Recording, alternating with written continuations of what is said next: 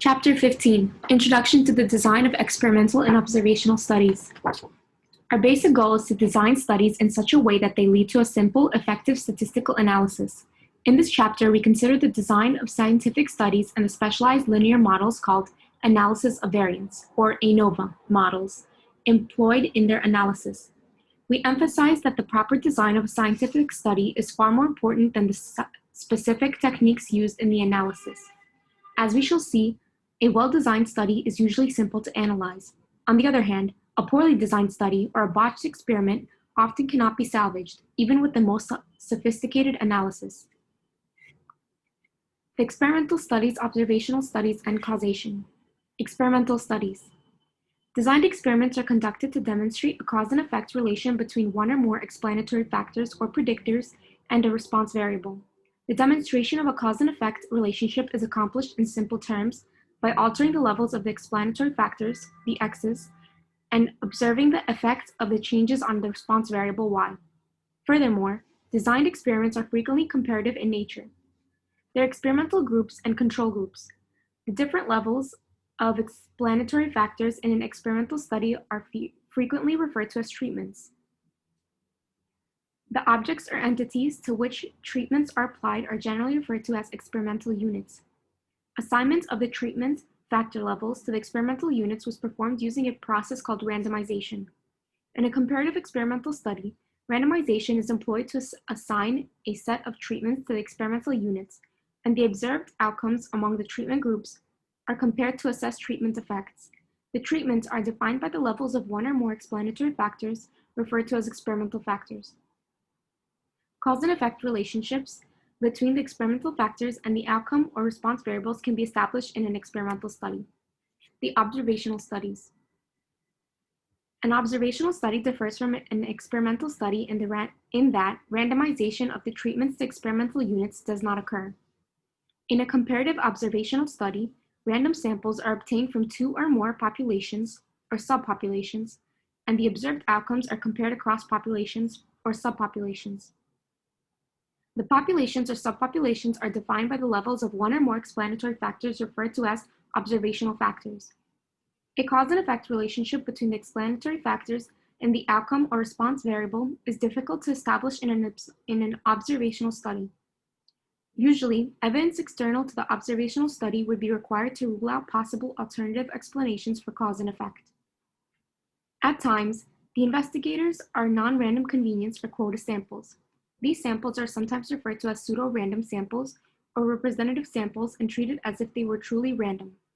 It must be cautioned here that random selection or assignment greatly enhances the generalizability of the study results and avoids potential biases that otherwise may occur when non-random selection is used. Mixed experimental and observational studies.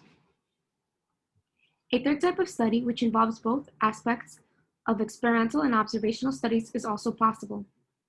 There is an example. An appliance manufacturer operates 3 regional training centers in the United States for training mechanics to survive the company's products. At each regional center, 2 different training programs were studied, with the trainees from the region assigned at random to 1 or 2 training programs. One may view this as a 2-factor study, the factors being training programs, the experimental factor, and the training center is the observational factor. The next section is experimental studies and the basic concepts. Factors. A factor is an explanatory variable to be studied in an investigation. In a regression context, factors are typically referred to as predictors or independent variables. A factor may be categorized as to whether it is an experimental factor or an observational factor. An experimental factor is one where the level of the factor is assigned at random in the experimental unit. An observational factor pertains to the characteristic of the units under study and is not under the control of the investigator. Observational factors can be found in experimental studies, and therefore it is important to recognize them as such, since cause and effect interferences cannot be made for these factors. Crossed and nested factors. Investigations differ as to the number of factors studied. Some are single-factor studies where only one factor is of concern. In multi-factor studies, 2 or more factors are investigated simultaneously. We say that the 2 factors are crossed when all combinations of the levels of the two factors are included in the study. In some studies, the levels of one or more of the factors are unique to a particular level of another factor. These are nested factors. Treatments. The set of treatments to be included is determined by the set of factors and the levels of each factor. In single-factor studies, a treatment corresponds to a factor level. In multi-factor studies, a treatment corresponds to a combination of factor levels. When a treatment is indicated by a combination of two or more factor levels, the combination of levels is sometimes referred to as a treatment combination. There are different choices of treatment. Generally, the investigator must decide upon the number of factors to be included, the number of levels of each factor, the range of levels within each factor for quantitative factors, and the need for controlled treatment. The number of factors. In the initial stages of an investigation or when little theory is available, there is frequently a desire to include many more factors that can possibly be studied in a single experiment. Cause and effect diagrams are often used to guide such sessions and to summarize results. The number of levels of each factor. For qualitative factors, the number of levels may be dictated by the nature of the factor. It might be necessary to drop one or more of the levels of a qualitative factor in order to reduce the cost of the experiment. For quantitative factors, the number of levels chosen should reflect the type of trend expected by the experimenter. If the experimenter believes that the change in the response will be roughly linear in the range chosen for the factor, 2 levels, the minimum and the maximum of the specified range, may be sufficient. 3 levels are used if the experimenter believes that the response will follow a quadratic trend in the chosen range, or if a linear trend is expected, but a test for lack of fit is desired. Use of 4 or more levels is justified if a highly detailed examination of the shape of the response curve is desired or if the response curve is increasing or decreasing to an asymptotic value. Often, 3 equally spaced levels are sufficient. The range of levels for quantitative factors. Choosing the range of quantitative factor to be explored is one of the most important design decisions. If the range is too small, the effect of a change from the smallest level to the largest level of the factor may be too small to detect. If the range is too large, important changes in the mean response may be missed. The control treatment. A control treatment is needed in some experiments, but not in all. A control treatment consists of applying the identical procedures to experimental units that are used with the other treatments, except that none of the treatments are applied. A control treatment is required when the general effectiveness of the treatments under study is not known, or when the general effectiveness of the treatments is known but is not consistent under all conditions. It is crucial that the control treatment be conducted in the identical experimental setting as the other treatments. Experimental units. The experimental units are the objects or entities to which the treatments are applied in an experimental study. An experimental unit is the smallest unit of experimental material to which a treatment can be assigned. The experimental unit is thus determined by the method of randomization. Sample size and replication. Sample size is usually determined by statistical considerations, by resource or budget considerations, or both. Generally, the larger the sample size, the greater will be our ability to detect any differences in responses due to the treatments.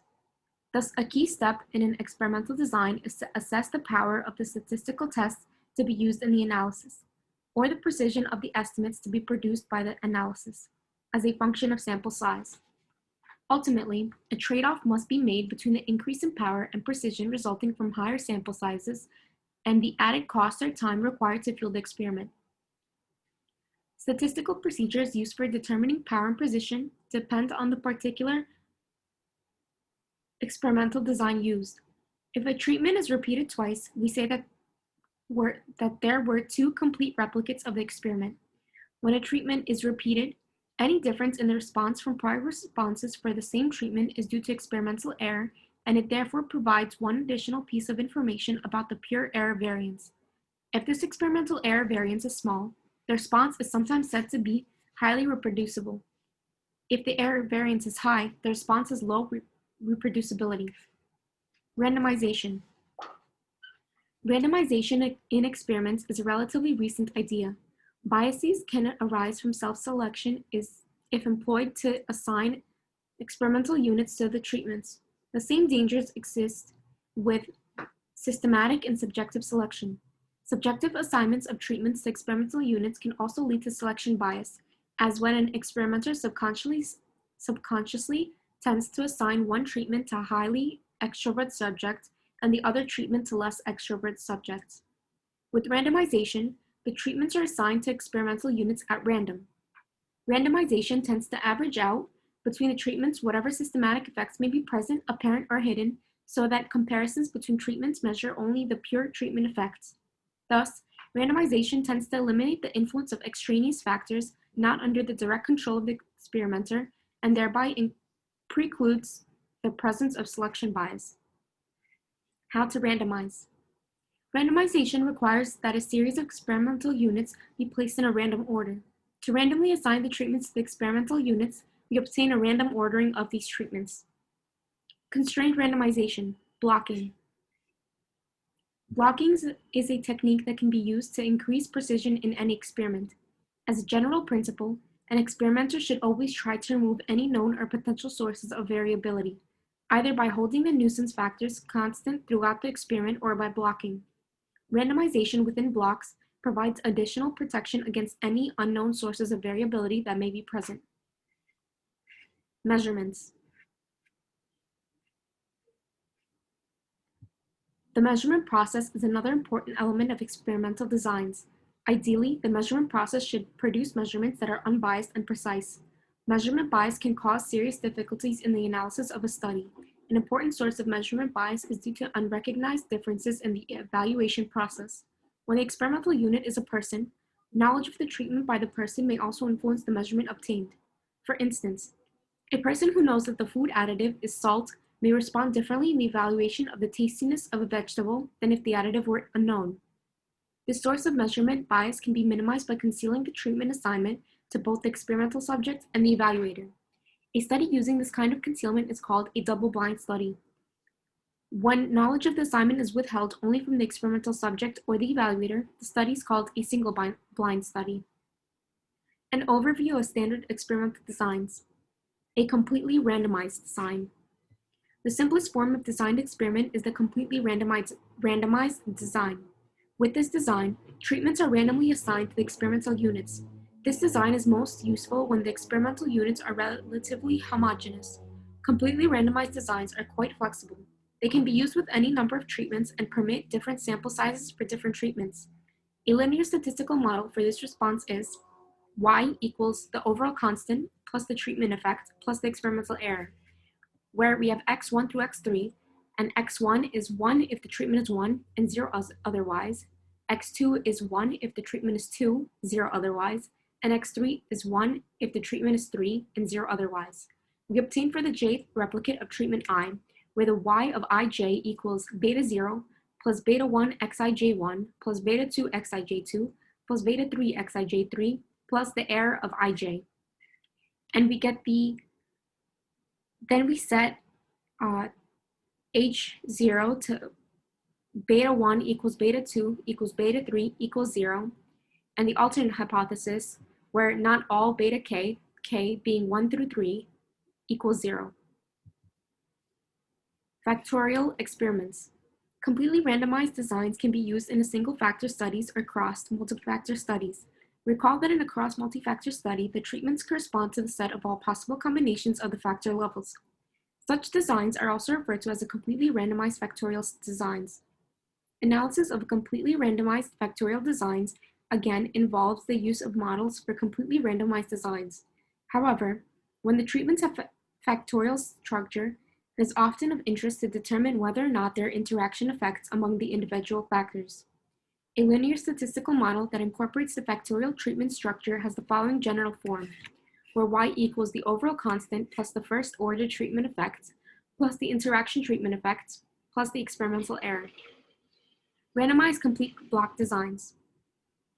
As discussed in the second section, in a block design, heterogeneous experimental units are divided into homogeneous blocks, and then separate randomizations of treatments to experimental units are carried out within each block. These designs can increase the precision of the interferences concerning treatment effects. Randomized complete block designs are often summarized graphically by producing a simple scatter plot of the results, where the 4 responses within each block are connected by lines. A linear statistical model for the response must reflect both the treatment effect and the block effect. The response model is y equals the overall constant plus the treatment effect plus the block effect plus the experimental error. Nested designs. Experiments involving purely nested factors are called nested designs. Multi-factor experiments can involve both crossed and nested factors. The repeated measures designs. In one type of repeated measures design, the same subject, whether it is a person, store, or plant, receives all of the treatment combinations under study. Repeated measure designs are frequently used in product rating experiments, where the same consumer evaluates a set of products. When the subject serves as an experimental unit for another treatment, the repeated measures design is sometimes referred to as a split plot design. The incomplete block designs. Until now, we have only discussed the use of blocking, where each block contains one or more replicates of the treatment combinations. Can blocking be used when block sizes are smaller than the number of treatments? The answer to this question is yes, although such designs are slightly more difficult to analyze. An effective experimental arrangement can still be achieved, however, through the use of a balanced incomplete block design, or BIBD. In a balanced incomplete block design, every treatment appears with every other treatment in the same block the same number of times. In this way, comparisons between pairs of treatments can be carried out within a block basis, thus eliminating block-to-block heterogeneity. Another form of incomplete block design, with block size equal to 1, is called a Latin square design. Two-level factorial and fractional factorial. Experiments. Factorial designs are effective tools for categorizing the joint effects of multiple factors. However, the number of treatments, which is a product of the number of factor levels for each factor, grows rapidly with the number of factors. If there are a large number of factors to be screened, it may be impractical to run a single complete replicate. In such cases, a subset of the treatment combinations can be chosen so that little or no information is lost concerning important main effects and low-order interactions. This chosen subset of treatment combinations is referred to as a fractional factorial design. Response surface experiments. When all factors are quantitative, two-level experiments often provide good information on linear trends in each factor. If there is concern that the response will be substantially convex, bowl-shaped, or concave, mound-shaped, or if the objective of the experiment is to determine precisely the factor levels that lead to an optimum response, use of just two levels will not be adequate. Response surface designs were developed for use in these situations. These designs are applicable when all experimental factors are quantitative, and the true response function can be well approximated by a second-order polynomial. Once the second-order response model has been estimated, a detailed mapping of the regression surface can be obtained using three-dimensional response surface plots, contour plots, and the conditional effects plots. Section 4. The design of observational studies. Observational studies are distinct from experimental studies in that random assignments of factor levels to the experimental units do not occur. Therefore, designed observational studies do not directly demonstrate cause and effect relationships between the explanatory factors and the response. They can establish association between explanatory factors and a response and provide the basis for further study of potential cause and effect relationships. To infer causality, potential confounding variables would need to be identified, and subgroup analysis is performed to try to rule out possible alternative causal factors. Some observational studies are conducted for descriptive purposes only, such as when various characteristics of a group are summarized. These studies, which are sometimes referred to as analytical surveys or case studies, observational studies have been classified in many ways, but we will consider three commonly used categories, namely cross-sectional studies, prospective studies, and retrospective studies. Prospective and retrospective observational studies are often designed to study potential cause relationships and are closer in spirit to experimental studies. The cross-sectional studies. A cross-sectional observational study involves measurements taken from one or more populations or subpopulations at a single point in time or a single time interval. Exposure to a potential causal factor and the response are determined simultaneously. Cross-sectional studies are sometimes said to provide a snapshot of the factors and outcome variable. Cross-sectional studies may be pre-stratified or post-stratified to form subpopulations In a pre-stratified cross-sectional study, potential explanatory factors are used to stratify the population into subpopulations, and random samples are obtained within each of the subpopulations. Alternatively, cross-sectional study data can be post-stratified by the explanatory factors. Comparisons of outcome measurements among the post-stratified subpopulations are then obtained. Prospective studies. In a prospective observational study, one or more groups are formed in a non-random manner according to the levels of a hypothesized causal factor, and then these groups are observed over time with respect to an outcome variable of interest. Prospective studies answer the question, what is going to happen? Prospective studies, also known as cohort studies, and can often be analyzed using regression models or analysis of variance techniques. Retrospective studies. In a retrospective observational study, groups are defined on the basis of an observed outcome, and the differences among the groups at an earlier point in time are identified as a potential causal effect. Retrospective studies answer the question, what has happened? Retrospective studies are sometimes used in manufacturing process monitoring. Retrospective studies have an advantage over comparable prospective studies in terms of efficiency when an outcome of interest occurs infrequently. Retrospective studies that require subjects or investigators to construct cause histories from memory are susceptible to recall bias and should be used with caution. The process monitoring study just discussed is an example of an archival retrospective study where the necessary historical data exists. Archival studies do not suffer the same susceptibility to recall bias. Retrospective studies are also known as case control and ex post facto studies. Matching. In our discussion of designed experiments, we noted that if the experimental units were heterogeneous, the experimental error can be reduced and that the precision of the comparisons among treatments can be improved through the use of blocking techniques. In an observational study, treatments are not assigned at random to experimental units, so blocking is not technically possible. However, matching, a procedure that is analogous to blocking, can be employed to achieve similar reductions in variance. There are a number of approaches used for identifying matches. If the nuisance factor is categorical, taking on just a few distinct values, for example, male or female, a match occurs if two cases fall into the same category or class. This is called within-class matching. A more precise method of matching discrete or continuous confounding factors is called caliper matching or interval matching. In caliper matching, two values of a confounding factor are considered to have matched if their absolute difference is less than some pre-specified value.